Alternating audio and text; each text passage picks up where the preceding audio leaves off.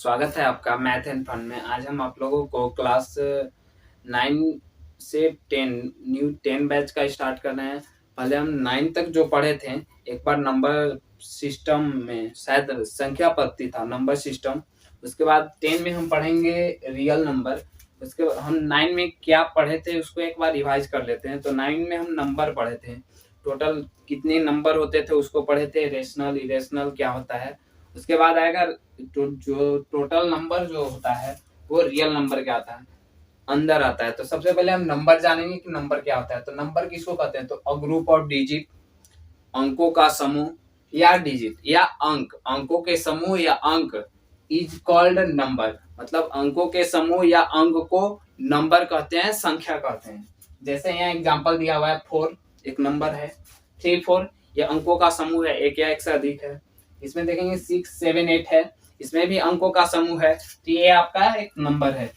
Number कितने प्रकार के होते हैं, तो पहला होता है नेचुरल नंबर। आप लोग जानते हैं नेचुरल नंबर क्या होता है कि those all counting number is called natural number.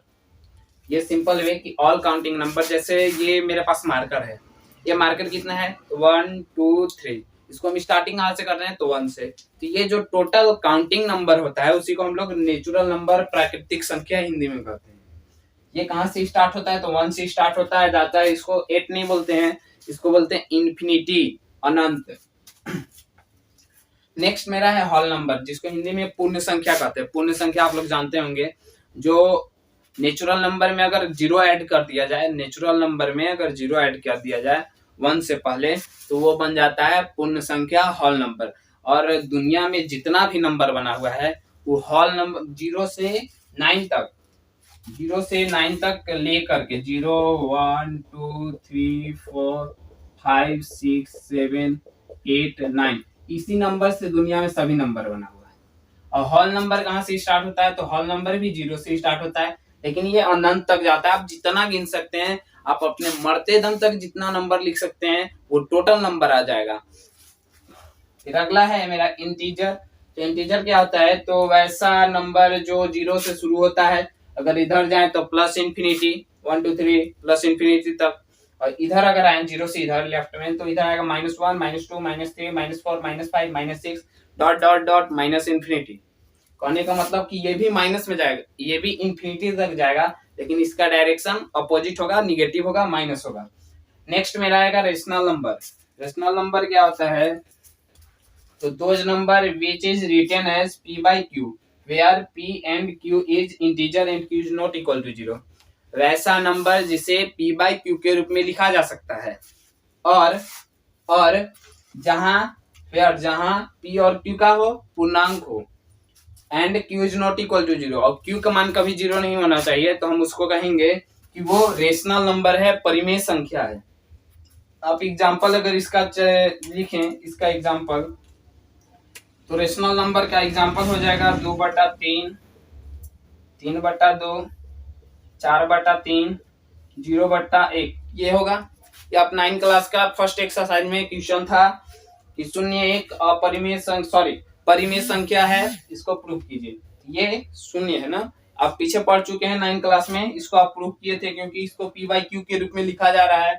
ये भी p और q दोनों पूर्णांक है, देख सकते हैं पूर्णांक में आ रहा है, 0 भी है पूर्णांक में और 1 भी है पूर्णांक में। तो p और q जो है पूर्णांक है, इसलिए रेशनल नंबर है। इसका रेशनल नंबर के और भी हो सकते हैं, ईटीसी कर लेंगे, बहुत सारा होंगे। फिर नेक्स्ट मेरा आएगा इरेशनल नंबर। तो इरेशनल नंबर किसको कहेंगे, those number which is not written as p by q is called irrational number. वैसी संख्या जिसे p by q के रूप में नहीं लिखा जाता है उसे हम लोग इरेशनल नंबर कहते हैं, अपरिमेय संख्या कहते हैं। तो अपरिमेय संख्या क्या होगा, अपरिमेय संख्या होगा क्या, तो अपरिमेय संख्या आपका √3/2 हो जाएगा, √3, √2, √5, √7। तो क्या इसे हम p by q के रूप में नहीं लिख सकते हैं, लिख सकते हैं, ये इसको तो लिख ही सकते हैं। तो ये तो परिमेय संख्या होना चाहिए। या परिमेय संख्या कहाँ होगा, नहीं, ये जो √3 है ये p होगा और ये q होगा। ये तो पूर्णांक में है, 1 आपको पूर्णांक में दिख रहा होगा, यहाँ 1 पूर्णांक है, बट क्या आपको जो p दिख रहा है ये √3, ये पूर्णांक में दिख रहा है कहीं, ये कहीं है, तो √3 पूर्णांक में नहीं है, तो p/q के फॉर्म में तो है, बट p जो मेरा है वो पूर्णांक नहीं है, इसलिए √3 जो मेरा होगा वो कभी भी रेशनल नंबर नहीं होगा, ये इरेशनल नंबर होता है। 9 का एक मोस्ट इंपोर्टेंट क्वेश्चन आपको जान भी लेना चाहिए कि पाई का जो वैल्यू हम लोग जानते हैं वो 22/7 होता है, लेकिन क्या एक्चुअल वैल्यू ये होता है? ये 22/7 होता है, तो इसको हम p/q के रूप में लिख सकते हैं। तो क्या ये परिमेय संख्या है? नहीं, it is wrong, it is not परिमेय संख्या, ये परिमेय संख्या नहीं है, ये गलत है। क्यों?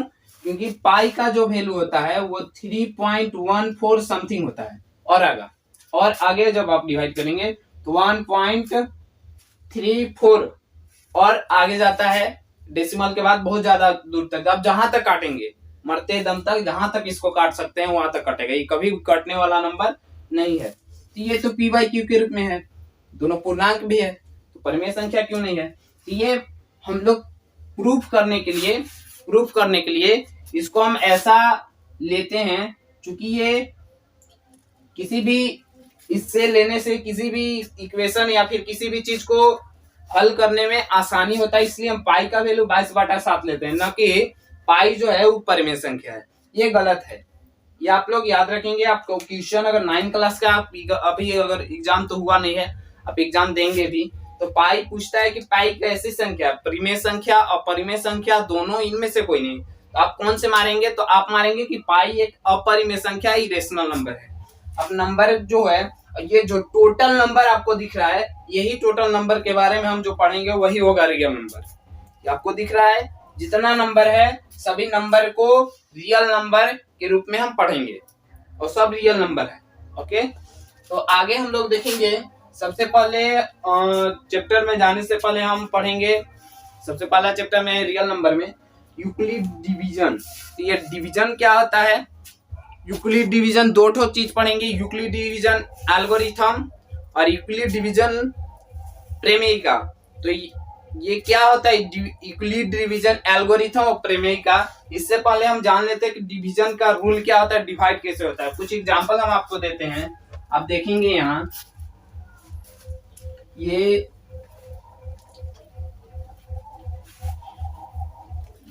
आपका कुछ एग्जांपल रहा। ये देखिए, जैसे 4 से हम डिवाइड किए 23 में, 3 से डिवाइड किए 17 में, 4 से डिवाइड किए 20 में।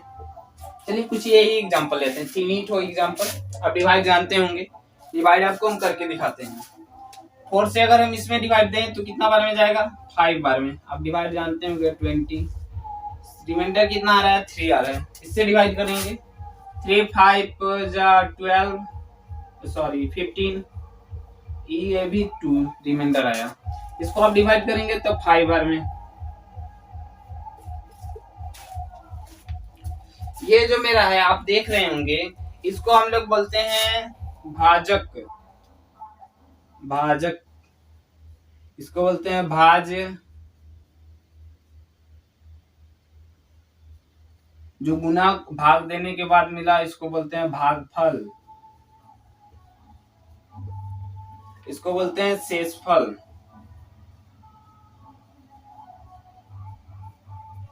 इसी चीज को यूक्लिड ने बताया कि भाज्य को हम लोग ए कहते हैं, भाज्य को ए बोलते हैं, भाज्य को ए।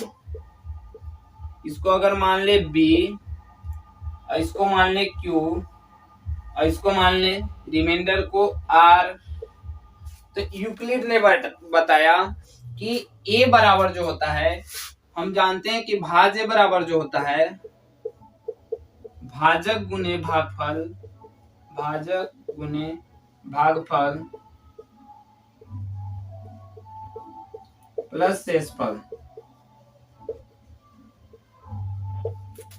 इसको यूक्लिड ने लिखा, भाज्य को क्या माना था उन्होंने भाज्य को माना था ए, भाजक को माना था उन्होंने बी, भागफल को माना था क्यू, प्लस शेषफल को माना था आर।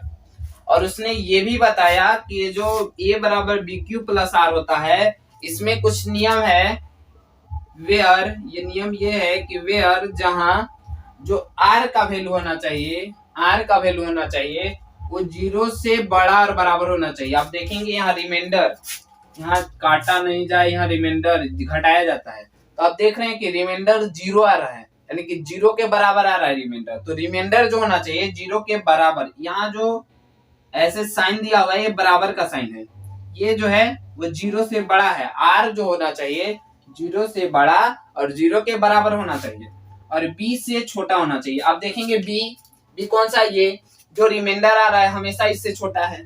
इसके बराबर अगर आता तो क्या होता, इसके बराबर अगर रिमाइंडर आता तो ये डिवाइड फिर से हो जाता 4 से। अगर मान लीजिए कि यहाँ 4 रहता, या 4 है तो 4 से फिर से एक बार डिवाइड हो जाता। तो हमेशा जो रिमाइंडर होगा वो इससे छोटा होगा। अब बी देख रहे हैं ना, बी इससे छोटा है ना रिमाइंडर, ये 4 है, ये 3 है, तो रिमाइंडर जब भी होगा वो बी से छोटा होगा और 0 से बड़ा या 0 के बराबर होगा। यही बताया था यूक्लिड ने, इसीलिए इसका नाम पड़ गया यूक्लिड डिवीजन एल्गोरिथम, सॉरी हाँ यूक्लिड विभाजन प्रमेयिका, या फिर इसी को कोई यूक्लिड डिवीजन एल्गोरिथम भी कह देते हैं। दोनों शायद लगभग एक ही होता है, थोड़ा सा स्टेटमेंट का फर्क है, थोड़ा सा स्टेटमेंट इधर उधर होता है, लेकिन लगभग वो यही दोनों को सेम ही मान के चलता है। दोनों का स्टेटमेंट हम बताएंगे भी कि यूक्लिड डिवीजन एल्गोरिथम क्या होता है, प्रमेयिका क्या होता है, एल्गोरिथम क्या बताता है, प्रमेयिका क्या बताता है। आपको दोनों में से कौन का क्या कहना है, क्या स्टेटमेंट है, इसके बारे में भी हम जानेंगे। फिर अब हम स्टार्ट करते हैं चैप्टर के कुछ एग्जाम्पल एक ले लेते हैं, आपका कुछ एग्जाम्पल आपको लेते हैं। और इतना अच्छा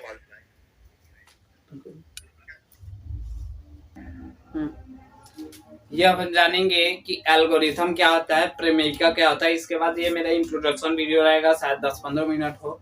इसके बाद हम लोग अगला दिन से चैप्टर स्टार्ट करेंगे, क्वेश्चन करेंगे एक्सरसाइज 1.1 का। हम समझते हैं कि पहले समझ लेते हैं कि यूक्लिड डिवीजन एल्गोरिथम क्या होता है। एल्गोरिथम क्या होता है कि यह एक सुपरिभाषित चरणों का श्रृंखला है जो एक विशेष प्रकार की समस्या को हल करने की एक प्रक्रिया या विधि प्रदान करता है। जैसे आप कोई थ्योरम प्रूव करते होंगे या फिर किसी चीज को डिवीजन भी करते होंगे, तो उसको आप सुपरिभाषित ढंग से लिखने की जो प्रोसेस है, जैसे भाज्य बराबर भाजक गुणे भागफल प्लस शेषफल, एचसीएफ शायद आप पीछे सीखे होंगे। तो एचसीएफ को स्टेप वाइज जो चरणबद्ध लिखा जाता है, उसी चरणबद्ध तरीके को एल्गोरिथम कहा जाता है। या फिर आप किसी चीज को और भी किसी चीज को अगर जैसे सिस्टमैटिक ढंग से लिखेंगे, चरणबद्ध लिखेंगे, उसको स्टेप वाइज लिखेंगे, तो उसी को हम लोग एल्गोरिथम कहेंगे। एल्गोरिथम को हम समझते हैं एग्जांपल से। एग्जांपल क्या है, एग्जांपल देखिएगा, एग्जांपल एक लेते हैं। जैसे मान लीजिए कि 16 में 18 से यदि आप डिवाइड करते हैं तो कितना बने 1, 16, 2 बचेगा, फिर इसको यहाँ उतारेंगे, फिर 8 बार में 16, ये टोटल कट जाएगा। इसके का रूल होता है कि जब तक यहाँ टोटल रिमाइंडर 0 ना आ जाए तब तक हम स्टेप देते जाएंगे। तो इसको हम इसको देखिए कैसे लिखते हैं, स्टेप के रूप में लिखेंगे। स्टेप इसका क्या होगा, पहली बार किसमें भाग दिए तो 18 में भाग दिए, तो 18 बराबर हम क्या लिख सकते हैं, इतना इंटू इतना, मतलब भाजक गुणे भागफल, यानी कि 16 इंटू 1 प्लस शेषफल कितना है 2 प्लस 2, ये हुआ स्टेप 1। 2 16 देखिए, 16 को क्या लिखेंगे तो 2 भाजक गुणे भागफल 8 प्लस शेषफल 0। तो यही जो स्टेप लिखा हुआ है, यही सिस्टमैटिक तरीके को हम लोग एल्गोरिथम कहते हैं। आप शायद पहले से एल्गोरिथम ना जानते हो, एल्गोरिथम आप 10 क्लास में डायरेक्ट भी पढ़ा दिया जाता है कि देखिए ऐसा होता है ऐसा होता है, एल्गोरिथम का डिफिनीशन नहीं बताया जाता है। अगला होता है प्रमेयिका क्या होता है। तो प्रमेयिका क्या होता है, तो यह एक सिद्ध किया हुआ कथन होता है जिसका उपयोग हम दूसरे चीजों को प्रूव करने में करते हैं। यही शायद लिखा हुआ है कि यह एक सिद्ध किया हुआ कथन होता है और इसे अन्य कथनों को सिद्ध करने में प्रयोग किया जाता है। जैसे आप 10 क्लास का आप पीछे भी पढ़े होंगे, पाइथागोरस थ्योरम, शायद ये वाला फिगर रहता था समकोण त्रिभुज, इसके सामने सम कोण के सामने वाला h होता था, ये p होता था, ये b होता था। सम पाइथागोरस थ्योरम से होता था कर्ण के स्क्वायर h स्क्वायर बराबर p square plus b square. इसका यूज करके हम बहुत से क्वेश्चन को सॉल्व करते हैं। तो प्रमेयिका जो होता है कि किसी सिद्ध किए हुए कथन, ये जो थ्योरम है ये सिद्ध किया हुआ कथन है, अब इसका यूज करके हम दूसरे चीज को प्रूव करते हैं, तो इसी चीज को हम लोग कहते हैं प्रमेयिका। ये वीडियो आज इंट्रोडक्शन वीडियो है टोटल रियल नंबर का। हम जो स्टार्ट करेंगे एक्सरसाइज 1.1 वो कुछ अलग होगा, और हम इसी तरह से एक चैप्टर वाइज 1.1 स्टार्ट करेंगे, फिर इसी तरह से बढ़ते चलेंगे। That's all for today, thanks.